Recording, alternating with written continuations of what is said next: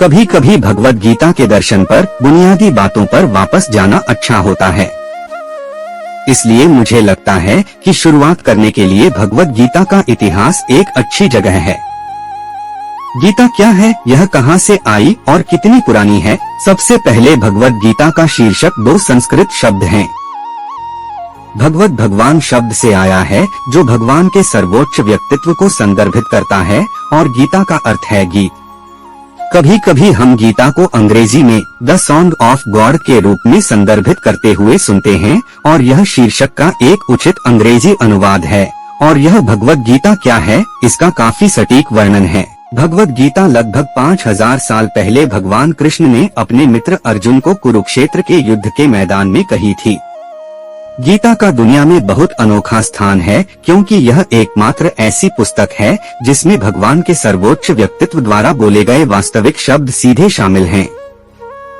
आप दुनिया में कई धार्मिक और दार्शनिक किताबें पा सकते हैं, लेकिन भगवत गीता को छोड़कर ऐसी कोई किताब नहीं है जो भगवान द्वारा कहे गए प्रत्यक्ष वास्तविक शब्दों को समाहित करने का दावा करती हो। यहाँ तक कि वैदिक साहित्य में भी वेदों के अन्य खंडों में भगवान के उद्धरण हो सकते हैं, लेकिन वे भगवान के बारे में लिखे गए हैं।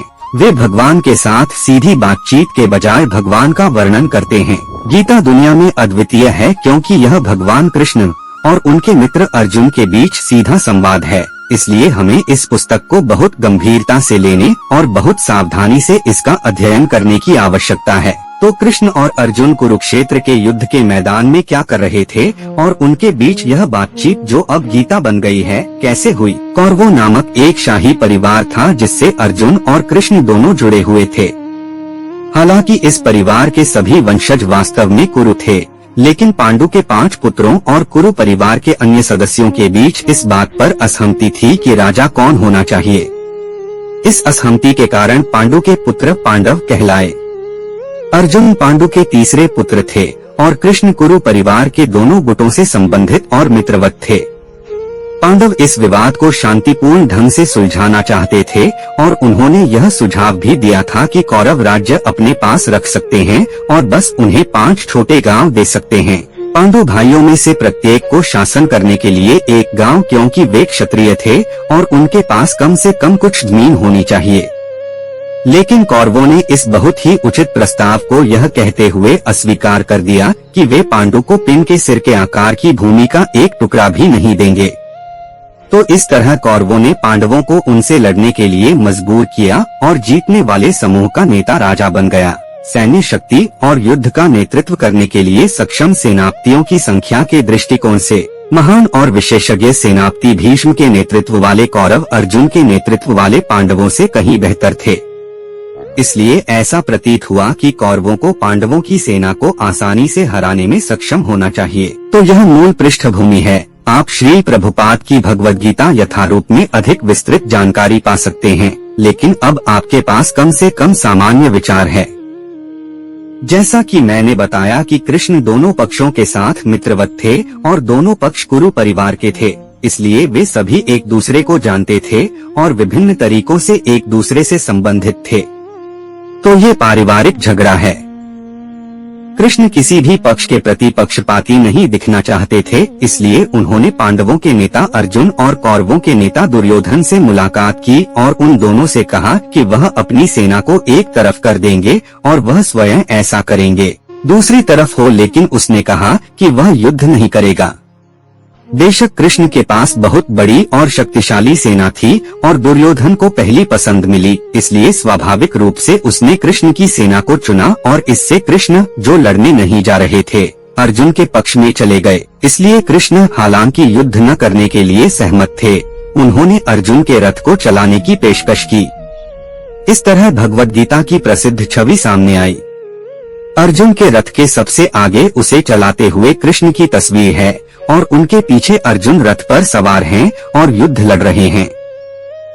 बेशक अर्जुन अपने मित्र कृष्ण को अपनी तरफ चाहता था और इस व्यवस्था से बहुत खुश था, और दुर्योधन कृष्ण की शक्तिशाली सेना को अपनी तरफ चाहता था, इसलिए वह भी इस व्यवस्था से खुश था। तो अब आप समझ गए हैं कि कैसे कृष्ण और अर्जुन युद्ध के मैदान में अपने विरोधियों और चचेरे भाई कौरवों का सामना करने के लिए रथ पर बैठे थे। यह बहुत ही नाटकीय दृश्य था। दो बहुत मजबूत सेनाएं एक दूसरे का सामना कर रही हैं और युद्ध में शामिल होने के लिए तैयार हैं। अर्जुन ने कृष्ण से अपने रथ को दोनों सेनाओं के बीच रखने के लिए कहा ताकि वह दोनों सेनाओं को देख सकें और युद्ध शुरू होने से पहले स्थिति का स्पष्ट अंदाजा लगा सकें। इसलिए कृष्ण ने रथ आगे बढ़ाया और अर्जुन ने सेनाओं को देखा और दोनों तरफ इतने सारे दोस्तों और परिवार के सदस्यों को देखकर अर्जुन हतप्रभ हो गए और फैसला किया कि उन्हें इस युद्ध में नहीं लड़ना चाहिए। उनका तर्क यह था कि भले ही वे सफल रहे और लड़ाई में विजयी रहे, व्यावहारिक रूप से उनके सभी दोस्त और परिवार के सदस्य लड़ाई में मारे जाएंगे। इसलिए वह सोच रहा था कि अगर उसके सभी दोस्त मारे जाएंगे और उसके साथ जीत का आनंद लेने के लिए कोई नहीं होगा तो जीत व्यर्थ होगी। इस समय अर्जुन कृष्ण से कह रहे थे कि उन्हें युद्ध का मैदान छोड़ देना चाहिए। कृष्ण ने कहा कि वह अर्जुन की इन भावनाओं से आश्चर्यचकित थे और उन्होंने माना कि अर्जुन अमानवीय व्यवहार कर रहा था और उन्होंने उसे दंडित किया। यह उस वार्तालाप की शुरुआत है जिसे अब हम भगवद गीता या भगवान का गीत के रूप में जानते हैं। गीता कोई लंबी बातचीत नहीं है। इसमें केवल 711 संस्कृत श्लोक शामिल हैं और यह युद्ध के मैदान में तब बोला गया था जब दोनों सेनाएं युद्ध के लिए तैयार हो रही थीं। शायद इसमें 1 घंटा या उससे थोड़ा अधिक समय लगा और इस बातचीत के दौरान अर्जुन को होश आया और उसे एहसास हुआ कि उसका कर्तव्य वास्तव में कृष्ण के सामने आत्मसमर्पण करना था और वही करना था जो कृष्ण चाहते थे और कृष्ण चाहते थे कि वह युद्ध करे।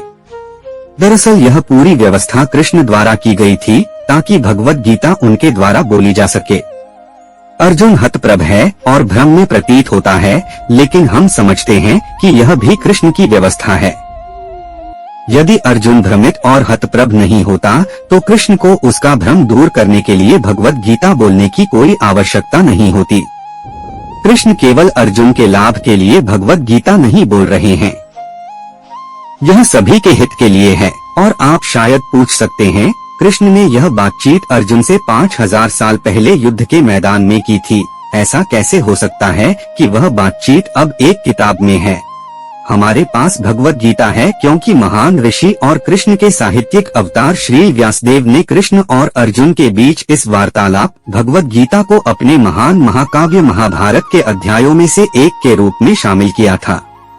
तो श्री व्यासदेव, जो कि कुरुक्षेत्र के युद्ध और कृष्ण के गायब होने के बाद कृष्ण और अर्जुन के समकालीन थे, ने महाभारत का संकलन किया जो ब्रह्मांड का इतिहास है और उस पुस्तक में उन्होंने कुरु परिवार का पूरा विवरण और इतिहास शामिल किया और निश्चित रूप से भगवद गीता महाभारत में शामिल है। ऐसा नहीं है कि भगवद गीता का आविष्कार कृष्ण ने 5000 साल पहले किया था जब उन्होंने इसे अर्जुन को सुनाया था।